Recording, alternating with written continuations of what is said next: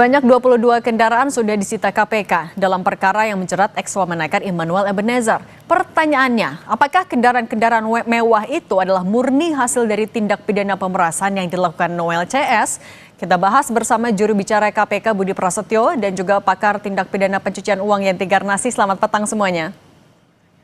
Selamat sore Pak Sandy, Bu Yanti, selamat sore. Assalamualaikum warahmatullahi wabarakatuh. Mas Budi, ini kan ada 15 mobil dan 7 motor yang dipamerkan KPK sebelum ada konvers. Nah itu semuanya terkait kasus pemerasan K3 atau ada dugaan lain, gratifikasi atau bahkan yang lain juga?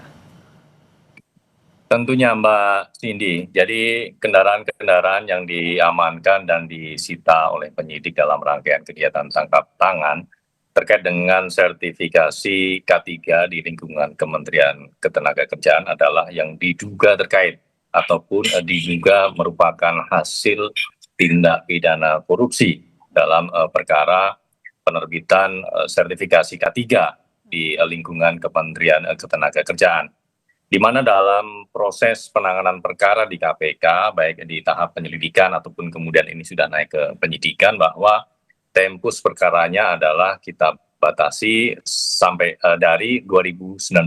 Sehingga tentu yang dilakukan penyitaan terhadap aset-aset adalah masuk ke dalam tempus perkara tersebut. Nah, tentu sebelum melakukan kegiatan tangkap tangan, KPK telah mendapatkan informasi baik dari masyarakat yang kemudian dihimpun, kemudian dilakukan full bucket dan pengayaan dari sumber-sumber informasi lainnya, termasuk dari PPATK untuk melakukan penelusuran, untuk melacak aliran-aliran uang terkait dengan perkara tersebut. Nah, dari informasi-informasi itu kemudian KPK menemukan adanya bahwa dugaan hasil tindak pidana korupsi digunakan untuk pembelian aset-aset tersebut, sehingga atas 22 kendaraan yang diamankan dan disita dari para pihak kemudian kita bawa ke KPK sebagai barang bukti. Begitu Mbak Cindy. Oke, kalau itu tadi disampaikan 22 kendaraan ini dibeli menggunakan uang hasil pemerasan. Bu Yanti, apakah artinya unsur TPPU sebenarnya sudah terpenuhi?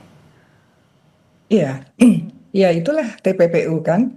Apalagi kan dari media ya kita dengarkan rilisnya bahwa minimal yang 3M yang diterima oleh Pak Wamen itu, ex-Wamen itu adalah pada waktu Desember. Artinya apa? Itu saja harus telusuri 3M itu sudah bergerak belum gitu, dipakai apa itu aja sudah TPPU.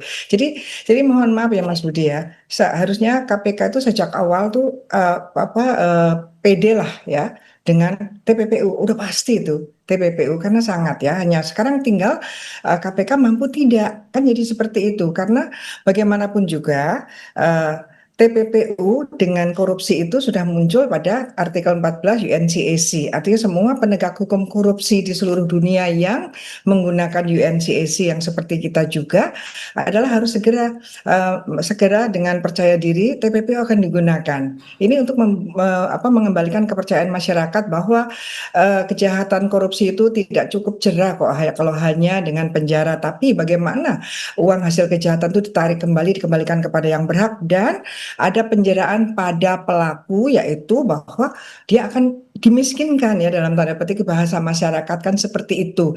Jadi sejak awal Pak Guntur ya tadi saya lihat itu tidak usah ragu-ragu gitu bahwa ini ada TPPU, bukan nanti dulu, karena berdasarkan pasal 75 Undang-Undang TPPU jelas mengatakan, tadi Mas Budi sudah mengatakan bahwa setelah penelusuran itu adalah hasil dari hasil penelusuran, yaitu memang penyidikan itu ada dari hasil korupsi, artinya itu pasti sesuai dengan pasal 75, yaitu yang menyatakan bahwa penyidik tindak pidana asal dalam hal ini adalah korupsi, yaitu KPK, ketika dia menemukan 2 alat bukti cukup bahwa telah terjadinya TPPU dalam hari ini dibelikan mobil-mobil itu, maka KPK itu menggabungkan sangkaannya dari korupsi dan langsung dengan TPPU. Itu amanat dari pasal 75 Undang-Undang TPPU.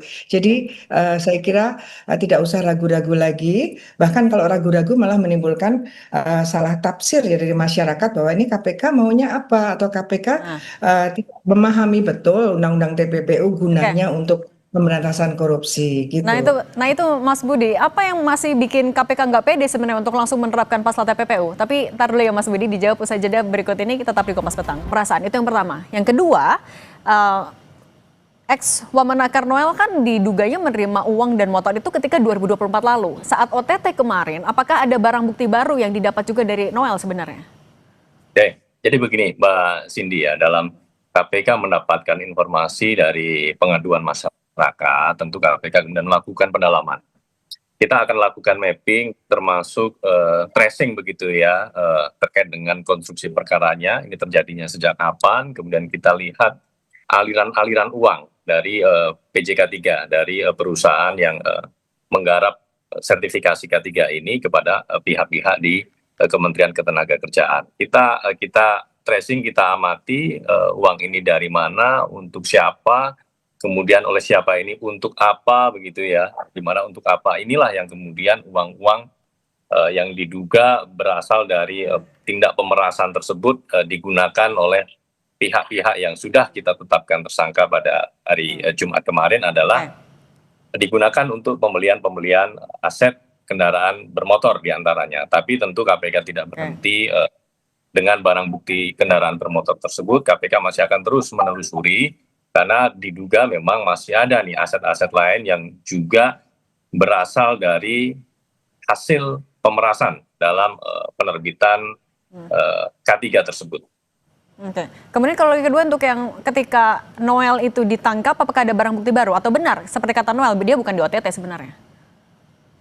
Barang bukti yang kami peroleh ketika melakukan penangkapan di rumah Pak ex-Wamen, yaitu kendaraan roda 2, di mana kendaraan roda 2 tersebut diperoleh dari salah satu tersangka lainnya yang memang diduga diminta oleh saudara ex-Wamen ini, begitu, yang mana ex-Wamen memang dari pengakuan saat dilakukan pemeriksaan mengetahui bahwa tersangka IBM dan kawan-kawan ini, salah satunya IBM begitu ya, memang dikenal sebagai dalam tanda kutip sultan begitu di Kementerian Ketenagakerjaan, yang memang di Kementerian Ketenagakerjaan ini saudara IBM memang mengelola terkait dengan sertifikasi K3 ini, dan memang sudah dikenal begitu ya, mendapatkan aliran banyak uang dari dugaan pemerasan tersebut, sehingga kemudian ex-Wamen ini meminta